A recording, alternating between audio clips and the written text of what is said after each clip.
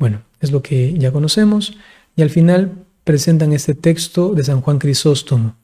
Llevémosle socorros y hagamos su conmemoración. Si los hijos de Job fueron purificados por el sacrificio de su padre, ¿por qué habríamos de dudar de que nuestras ofrendas por los muertos les lleven un cierto consuelo? No dudemos, pues, en socorrer a los que han partido y en ofrecer nuestras plegarias por ellos. San Juan Crisóstomo, ¿no?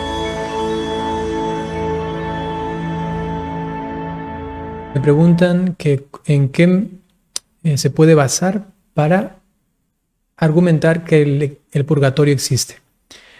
¿Cómo se puede argumentar esto? Tenemos aquí el Catecismo de la Iglesia Católica, pues esa es la fuente más confiable, y dice lo siguiente: la purificación final o purgatorio. Numeral 1030. Los que mueren en la gracia y en la amistad de Dios, pero imperfectamente purificados, aunque están seguros de su eterna salvación, sufren después de su muerte una purificación, a fin de obtener la santidad necesaria para entrar en la alegría del cielo. Este es, pues, el purgatorio. Veamos cómo continúa. Numeral 1031. La Iglesia llama purgatorio a esta purificación final de los elegidos, que es completamente distinta del castigo de los condenados. La Iglesia ha formulado la doctrina de la fe relativa al purgatorio, sobre todo en los concilios de Florencia y de Trento. La tradición de la Iglesia, haciendo referencia a ciertos textos de la Sagrada Escritura, y aquí tienes dos textos. ¿Quién preguntaba? Yasmín. Tienes dos textos. Primera de Carta a los Corintios, capítulo 3, versículo 15, y primera Carta de Pedro, capítulo 1, versículo 7. Dice primera de Pedro 1:7, dice: para que la prueba de vuestra fe, más preciosa que el oro que perece, aunque probada por fuego, sea hallada que resulta en alabanza, gloria y honor en la revelación de Jesucristo. Se habla pues entonces de una prueba de fuego, ¿no?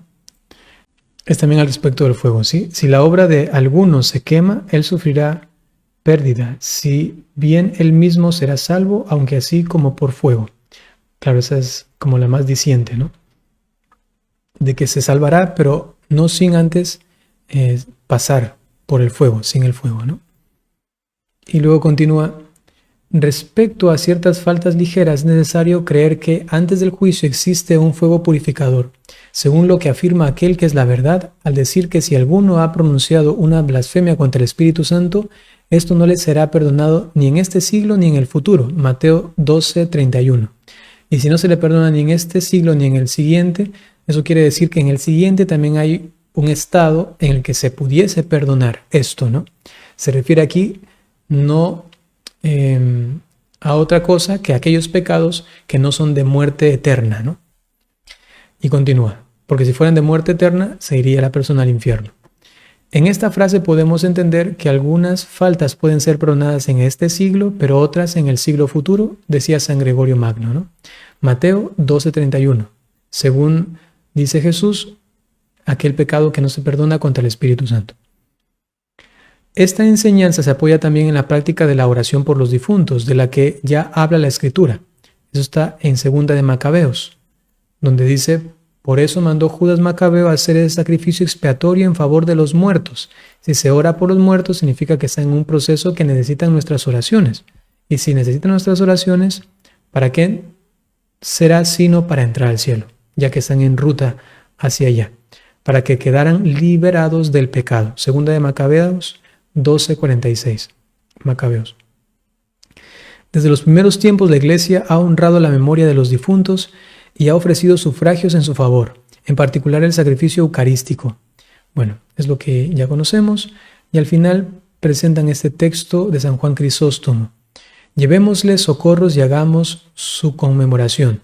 Si los hijos de Job fueron purificados por el sacrificio de su padre, ¿por qué habríamos de dudar de que nuestras ofrendas por los muertos les lleven un cierto consuelo? No dudemos, pues, en socorrer a los que han partido y en ofrecer nuestras plegarias por ellos. San Juan Crisóstomo, ¿no? Sí, entonces tienes ahí algunos datos bíblicos, otros datos de los padres de la Iglesia y también de concilios, ¿sí? El de Florencia y el de Trento. ¿Ya? Listo, sería básicamente eso.